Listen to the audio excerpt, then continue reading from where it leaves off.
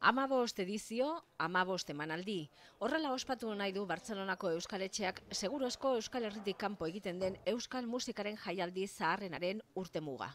Euskal musikaren bozgorailu ezin hobea bihurtu da Euskal Herria Sona Euskal Etxeak antolatzen duen musika jaialdia hemen Bartzelonan. Aurten gainera krisiari aurre eginez oso eskaintza zabala aurkezten dute.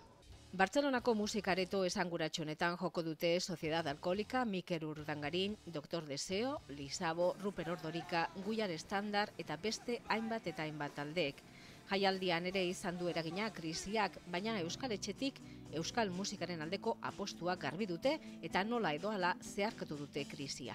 Diru laguntzetan eta ondorioz daun murrizketakin jarraitze deu Euskal Herrian ibilbidea tindadaken kalitateko talde horiek, baina Katalunian iritsi ezin duten horiekin plataforma moduko egiten, baina bai borobildu dugu jaialdea 4-5 talde hemen ere ezaguna dianak, ezagunak ez dian talde horiei babes bat emateko eta oihartzun bat emateko. Gaur eguerdian aurkeztu dute aurtengo programa Bartzelonako Alde Zaharrean dagoen Euskal Etxean.